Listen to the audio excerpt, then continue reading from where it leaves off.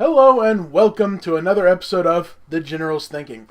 And in honor of WrestleMania season, I come to you asking the question, what is the best wrestling game of all time?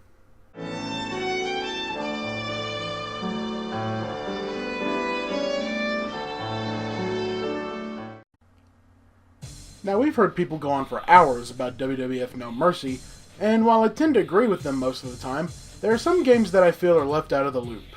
Now, what I don't believe is that anything released in the past 7 years can hold a torch to anything that might be on this list. Wrestling games have suffered a terrible drop in quality, starting with THQ's SmackDown vs. Raw 2008, and continued to be less than adequate franchise until it rebranded itself with the release of WWE 12. While not completely better, it did lead to better improvements down the road, and hopefully the franchise will succeed under their new developer 2K Sports. But we're not here to talk about the future of wrestling games, we're here to discuss which one is the best. For me at least, the wrestling genre didn't really kick off until I played WCW vs. NWO on the N64. While countless games were released beforehand, I could never really win at them, and overall they just didn't feel very fun. The difficulty in those games were ridiculous. However, those games were more set up as fighting games, and that's something I've never really been good at. So unfortunately, I can't give much of an opinion on those wrestling games. But I will say Pro Wrestling on the NES had some great music and characters, and WWF Super WrestleMania SNES introduced very simplistic finishers. It's not a surprise to me, and probably not to you, that some of my favorite games came from the Nintendo 64. The first wrestling game I played on the console was WCW vs. NWO World Tour. It had a huge roster of wrestlers. Most of them I watched on TV, others I had my questions about. It was a great party game, 2-on-2 tag team, 4-player free-for-all, and 3 vs. 1 for the guy who wasn't invited. Good stuff. It was also the first to allow finishers to be executed as easily as they should. You beat the living hell out of your opponent, you give a final taunt and deliver the finishing move. Did it really have to be more complicated than that? No! Now, the N64 had one of the most expansive libraries of wrestling games. However, most of them sucked. Only 4 of them really stood out as great games. WCW vs. NWO World Tour, WCW vs. NWO Revenge, and WWF WrestleMania 2000, and of course, WWF No Mercy. What did they have in common? All were developed by the same giant, THQ. All games shared the same mechanic that made them great. They all had awesome backstage segments, great stories, and balanced and stable controls. THQ reigned dominant as a key developer for all things wrestling, and developed hit after hit after hit. And in 2003, they lifted the bar even higher with SmackDown Here Comes the Pain. The game brought nothing new to the table gameplay-wise, but the story made it unbelievable. You had to form rivalries and friendships and increase stats to win all your matches. The heavy RPG elements made this story completely immersive and made you feel like you were in the locker room. To put it in perspective, think Mass Effect, but with wrestling. Oh, don't make me laugh. Now, an oddball game I've never really cared for seems to get a lot of attention in online forums is Fire Pro Wrestling Returns for the PS2. I don't have much experience with the game, but I have played it a bit. Maybe not enough to understand or comprehend how good of a game it actually is. But from what I can tell, it's just an arcade-type game, and there's really nothing special to it. Maybe I'm just being naive, but I truly don't understand why people call it the best. Meanwhile, the wrestling games kept being pumped out like hotcakes, while there was a very unique game that entered the mix. Def Jam Vendetta and Def Jam Fight for New York hit the scene, and both were phenomenal fighting games that carried themselves like wrestling games. They featured hip-hop artists settling their differences old school, with wrestling. Both games were great fun. Unfortunately, the third game in the franchise was more of a rap star simulator where you fight other rappers every now and then. And the fourth, we'll just leave that alone. In 2004, THQ launched 2 new franchises on the 2 competing platforms, WWE Day of Reckoning and WWE SmackDown vs. Raw, Day of Reckoning on the GameCube and SmackDown vs. Raw on the PS2. Both were hailed as some of the greatest wrestling games ever brought into existence. Both had amazing gameplay, solid mechanics, outstanding rosters, and intuitive story modes, and next year it got even better with their respective sequels. It was the next year that the generations changed. Day of Reckoning franchise died off, and only SmackDown vs. Raw remained, and SVR 2007 came out to glorious acclaim. The graphics were phenomenal, and everything that made these games great remained. But as I stated earlier, after this year, the series took a rapid nosedive before barely pulling up. But even with the improvements that the game's made, nothing could save the once great THQ from collapsing in on itself. Of course, I've said a lot of words, but I haven't really told you which one is the best. And I'm not going to. I can't because all these games are great. Besides, declaring winners isn't really the point of this show. If you want a winner, play them all for yourself and decide which one is your favorite.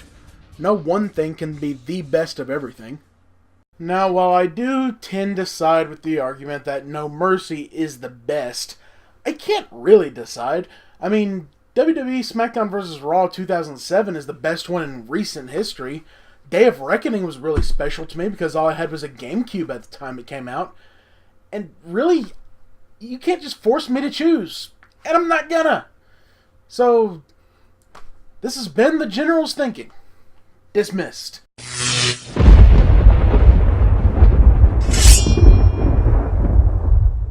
What's up, everybody? General Zilla here once again. I hope you enjoyed this episode of the General's Thinking. I hope to do a lot more of these, as well as get back on track with Retro Nightmares with a slew of wrestling-themed episodes coming this month. But today I come to you bearing news. As of this video, I have launched a Patreon campaign. Now, if you don't know what Patreon is, it gives me the opportunity to ask you, the viewers, for help. Now, before you go saying, oh boy, Zilla's making us pay for Retro Nightmares, and I was like, no, that's not the case. What Patreon is allowing me to do, it's allowing me to set up sort of like an ongoing Kickstarter campaign where you can donate as much money as you see fit, and depending on whatever you choose, I have certain little rewards and packages that I offer, and I also have stretch goals for the long run. Again, before you make any assumptions, I'm not holding the show ransom. I'm not saying if I don't get the money, I'm not doing this anymore. That's simply not the case. I'm going to keep doing Retro Nightmares as I see fit. Whenever I get the opportunity to do some more stuff, I've hit another spurt of being sort of rejuvenated and feeling a little more motivated than ever. And that's really why I feel it's the right time to start Patreon. Because as much as I do, I can always use help. And there's a lot of different things that I need help with, and I don't have the ability to do it by myself. And that's where I get to ask you for the privilege to help me. Really, what I'm asking is for you to help me make Retro Nightmares, episodes like General's Thinking, other shows that I have ideas for. I'm asking for you to help me make them the best they can possibly be. And that involves a lot of work and a lot of effort to make them as good as I want to make them.